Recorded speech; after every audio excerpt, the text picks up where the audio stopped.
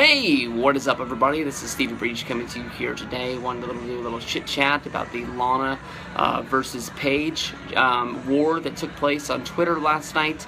After Monday Night Raw was over, Lana took to Twitter to sort of expose Paige as being a bully, and they went back and forth as if it was sort of a real Twitter war. My red flag went off, and I thought it was a little bit of an angle. I thought that it was a little bit weird that they would be doing this, and WWE was just sort of fine with it and act like there was no big deal. Joey Styles even put it over today, writing an article on WWE.com about this. Honestly, to me, I don't know if it's worn off, and it is what it is, especially with Lana's injury, and she's not on the road anymore. But, Lana sort of really blew the Dolph Ziggler versus Rusev angle that was going down with, Lana breaking up with Rusev and going over to Dolph Ziggler. Rusev going out with Summer Rae, but he didn't really want to be with Summer Rae. He didn't like Summer Rae the same way that Summer Rae liked her.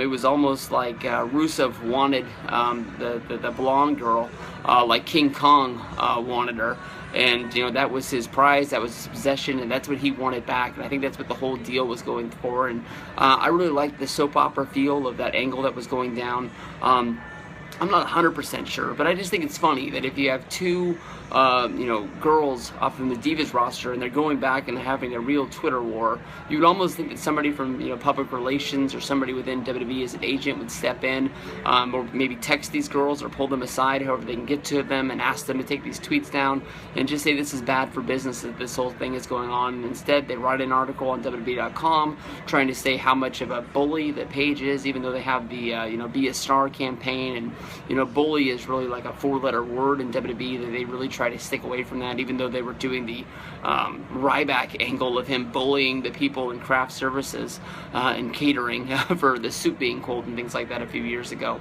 I think that this is really just trying to push Paige as a bad girl. I was going to call her a bad guy, but a heel, I guess you can say. And I think they're just trying to get her over, trying to use Lana as somebody that might be able to gain sympathy.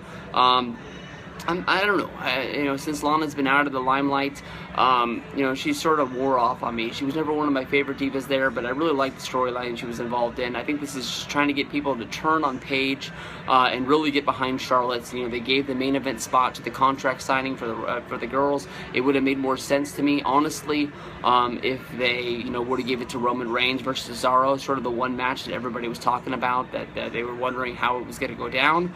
I think everybody knew it was going to, but a lot of people really wanted to see if Cesaro could pull it out. But Lana, to me, honestly, if this was on the up and up, she's one dumb girl. This easily could have lost her job because of the fact she blew the last one because of social media with Instagram.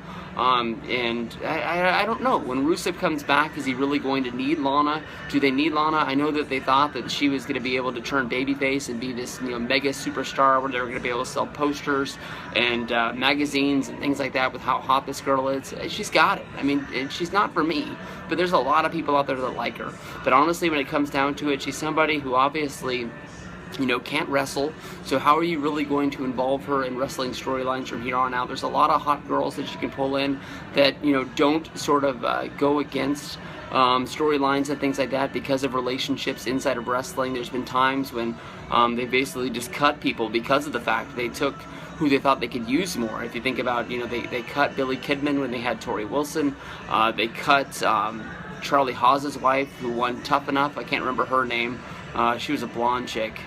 Damn, I can't remember her name. Miss Jackie. Not Jackie, the other Jackie. But, I wouldn't be surprised if they try to bring Lana back if she is coming back. But to me, honestly, it smelled fishy. I went to my official source of Paige News, my buddy Victor's Twitter, Guy in Green, WWE. It might be WWE Guy in Green. Shit. If I fuck that up, I'm going to feel super bad with how good of a friend this guy is to me. But, he sort of talked about it, but he didn't really make it a big deal. So, honestly, to me, it just felt like it was just a staged angle trying to get Paige over as a heel. Paige, she basically is the Hulk Hogan of the Divas division in my eyes, even though Charlotte is the champion, and they're trying to get her over as a part of the NXT Divas Revolution with Sasha Banks, Becky Lynch, and Charlotte coming up to the main roster. But to me, honestly, it's always going to be about Paige. She was the first one there. She's really the one who sells the most merch and the most sort of connected to the fans, I guess is the best to say. So I don't think this was real. If it was real, pretty fucking dumb by Lana, and I think that, you know, if it was, she probably deserved to get canned because of it.